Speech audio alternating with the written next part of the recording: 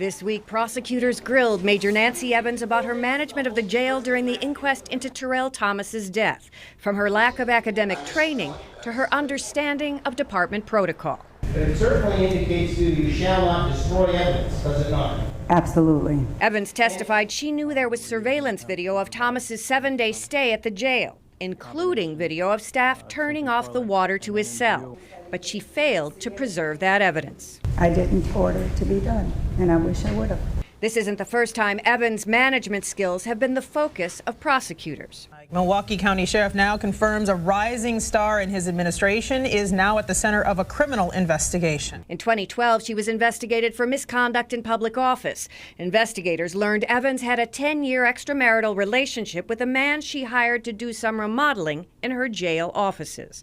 Ultimately, the DA did not file charges, finding neither Major Evans nor her family benefited from the contract. No comment. At that time, the sheriff demoted Evans, but later promoted her back to major and returned her to oversee the jail, where she was in charge during all 4 of last year's jail deaths. And the sheriff's office did not respond to our request to interview either the sheriff or Major Evans today. And Colleen, Evans was also the target of a lawsuit. Yeah, actually, the deputies union sued, arguing that the sheriff had given her preferential treatment in promotions, but a judge dismissed that lawsuit. All right, Colleen, thank you. So here's what's next. The inquest into Thomas's death could wrap up as early as tomorrow. The 6 jurors will determine whether they believe criminal charges should be filed against anyone involved in Thomas's care. The district attorney will make the final call. In less than an hour, the NFL draft gets underway. The Packers are hoping to find their next superstar. WISN 12 News' Ben Hutchison is live inside Lambeau Field. Kathy and Joyce, relatively quiet around Lambeau today, but we did catch up to some fans in the pro shop to talk about tonight's draft. They may go as a cornerback or safety. I think they're going to definitely go defense, I think, the first one. How exciting is this time of year with the new beginnings for next season? Oh, super excited. We always get excited this time of year. And how exciting is it for you that we're talking to you on FaceTime right now? I think it's great. I wish I could see you.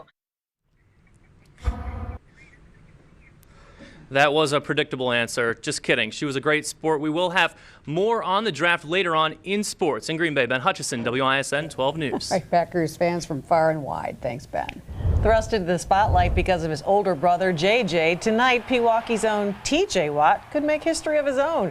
12 Sports' Stephanie Sutton is live at Pewaukee High School. Steph.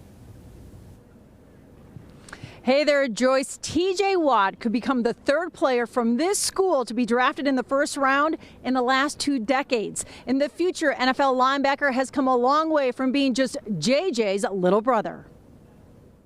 TJ, show us your shirt. What does it say, TJ? You know Watt's coming. Smell the rose. I consider JJ my role model because everything he does in life is just the way a man should do things. I think the little brothers appreciate it more than anything. We first met TJ back in December 2010 when we were at the Watts home a few weeks before JJ and the Badgers appeared in the Rose Bowl. At the time, he was a sophomore and played for the Pewaukee Pirates. Since then, he's gone on to become a star linebacker for the Badgers and now could be drafted in the 1st round just like his oldest brother. So JJ was drafted by the Texans. Derek was drafted by the Chargers. Are you kind of hoping your 3rd son is drafted by the Packers? That would be the ultimate, I think. All 3 of the kids would have loved to have played for the Packers, obviously. Actually, if it's not the Packers, we're kind of hoping for an East Coast team, so we could have West Coast, East Coast, and I said I'll be on every time zone. Yeah.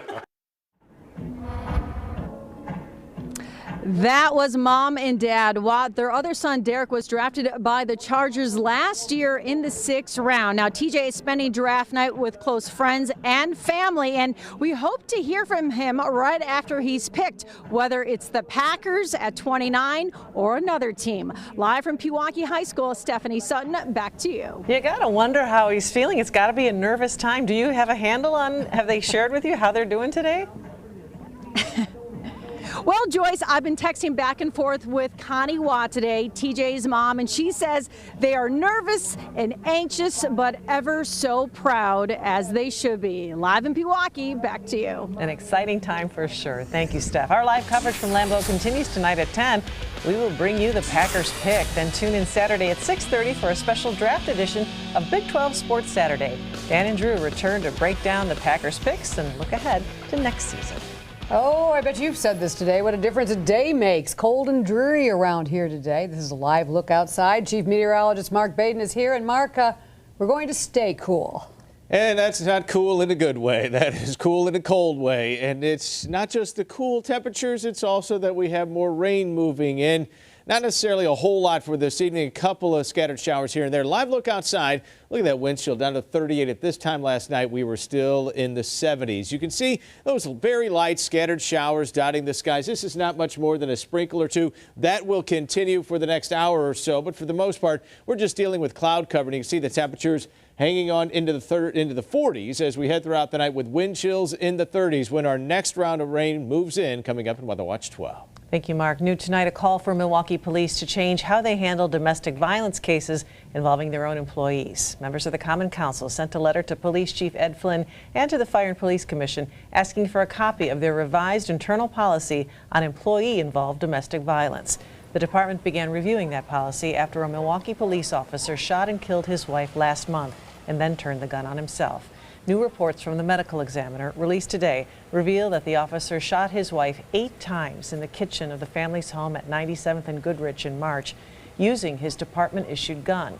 The report also said the couple's 12-year-old son found both of his parents on the floor and began CPR on his mother until paramedics arrived. The report goes on to reveal the wife's mother told police the couple had past domestic violence issues and had been fighting, and they were in the process of getting a divorce. Also new tonight, a top psychologist at Wisconsin's Trouble Youth Prison was fired for allegedly ignoring the requests of dozens of inmates who asked for help. Records obtained by the Associated Press show Dr. D. Jeremy John was accused in December of not following up with 26 juveniles at Lincoln Hills. John is the second director at the prison to lose his job in the past 2 years. It's the infamous true crime story that changed Milwaukee forever. Patrick is here with a closer look at the story of Jeffrey Dahmer, coming up new at 10. Well, that's right, Joyce. The disappearances, the torture, the death. Now Dahmer's childhood classmate opens up exclusively to 12 News. What he says made Dahmer a monster. Plus a new interview with Dahmer's defense attorney thrust into the center of it. The monster of Milwaukee.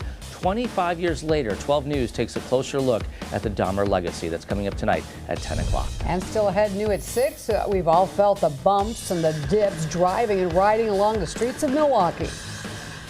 An alderman calls for a special hotline and a rapid response team to handle Milwaukee's ludicrous potholes. Then imagine waking up to this, where winter won't let go in Wisconsin.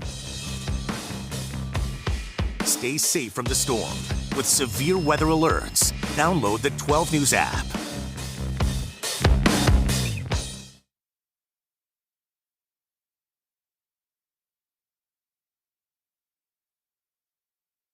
And 12 News at 6 with Kathy Michaelby, Joyce Garbasiak, Weather Watch 12 Chief Meteorologist Mark Baden, and Big 12 Sports Director Dan Needles. WISN 12 News at 6 continues. New tonight, Milwaukee's pothole problem is being called ludicrous by one alderman. We found a public works crew repairing them near 16th and State, but then they took off when they noticed our cameras. WISN 12 News' Terry Sater getting to the bottom of the pothole problem.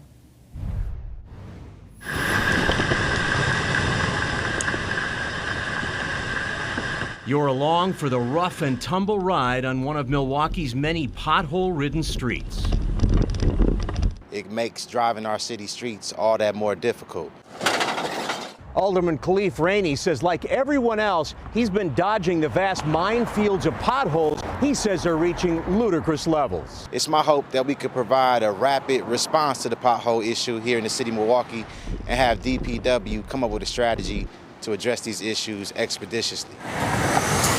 Perhaps we should call them the holy streets of Milwaukee that need divine intervention. Here's an example on 8th Street near Meineke of a pothole that's been patched before, only to need patching again. It's time that we go back to the drawing board and examine it and see if there's opportunities that we can improve in this process. Alderman Rainey wants the city to set up a special hotline just for people to report potholes and a rapid response team to respond to those calls quickly. The concern from some of our residents are that it's not being addressed quickly. We found DPW crews filling potholes this afternoon.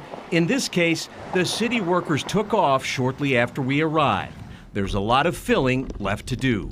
In Milwaukee, Terry Sater, WISN 12 News.